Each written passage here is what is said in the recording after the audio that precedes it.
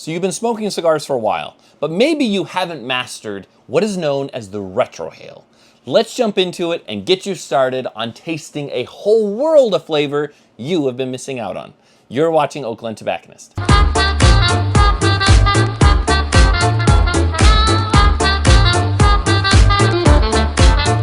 Please don't forget to like, comment, subscribe, hit that bell to make certain that you are alerted every time we produce new content and you're not missing out on a single cigar dropping. For this video, I am smoking a favorite cigar that has been in my top list for a long time, and we're finally re-releasing with an updated version, an updated, richer, bolder flavor. I'm talking about none other than the OGT exclusive Bloody Knuckle by Shafio Cigars. This is 2.0. Maybe you've heard this amongst whispers in cigar shops, maybe you've heard this on videos, or perhaps friends just having you try out different cigars. Do you retrohale? What exactly is retrohaling a cigar, and is it safe? And is it even worth it? Hopefully we'll answer those questions as we get into it. If you're like me, you've enjoyed the rich experience of a cigar journey, trying many different blends, many combinations of tobaccos, finding which ones that are your exact favorites. When it comes to that experience, it can be attributed to the construction of the cigar, the smoke output, but most importantly, I think we could all agree, the flavor of the cigar. Flavor is key. In so many different companies we work with, blenders we work with, it's always flavor first. A prime example of this is Rainier Lorenzo of HVC Cigars. He likes medium plus to full strength cigars, as you can see in his portfolio, but always flavor is at the epicenter. And so when you taste the cigar, you're bringing the smoke in, you're having it glide on your palate, tasting those richer notes, those flavors, then exiting your palate. Sort of getting an experience of what the smoke tastes like. Smoke texture on this is one of my favorites. You can have that powdery smoke.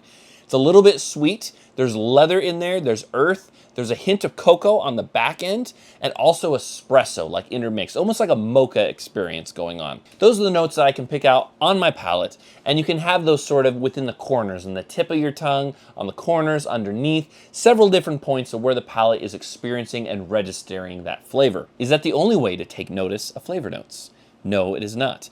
Within your nasal cavity, there are far more receptacles, tasting receptacles that pick up flavor. We've all experienced perhaps when you're walking down an alleyway or on the street and there's a very unpleasant odor and you almost take in that flavor and taste it almost by your nasal cavity registering that flavor. The same thing happens with smoke. You can experience all those flavors on your palate, but when you retrohale through your nose, then you can pick up more notes. However, there's a big warning. You don't want to exhale all of the smoke through your nose because chances are if you haven't tried this before, you're going to feel it burn. Sometimes people get a little teary-eyed because of the strength of that going through for the first time in your nasal cavity. And so what normally is best to do is only let out the last 10%. You're bringing the smoke into your palate, you're tasting it, you're letting it exhale, and then the last like 5 or 10%, you close your mouth and push the smoke through your nose to retrohale. Something like this. That last bit enriches that cocoa, that espresso, a little bit of mesquite wood. There's a bit of char on there as well. Different notes that are more pronounced through that. But again, you let that small amount out through the retrohale.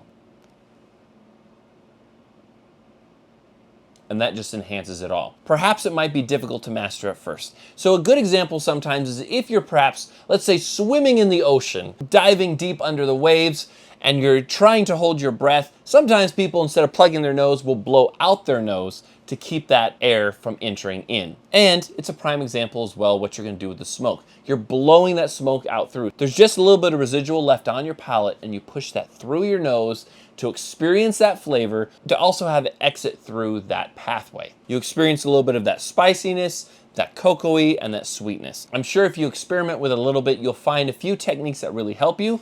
Drop down in the comments. If you have been retrohaling, what was an easy way for you to learn in the beginning? Or if you don't retrohale, what are those reasons and why not? Now, while I don't recommend to retrohale every single puff, I will say, I think you're missing out on quite a bit of flavor if you don't at least try this and experience it for yourself. As always, thank you for joining us here on the channel. Keep a lookout for Bloody Knuckle 2.0 dropping next week. It's an amazing cigar, updated with even more flavor and more punch than before. We'll see you next time on Oakland Tobacconist.